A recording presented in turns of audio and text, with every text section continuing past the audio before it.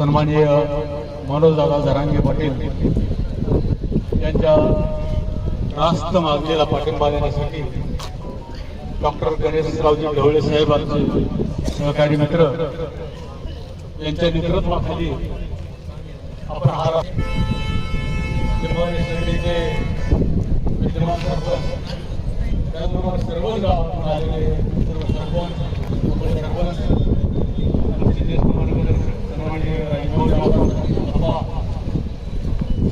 समाजातून आलेले माझे बांधव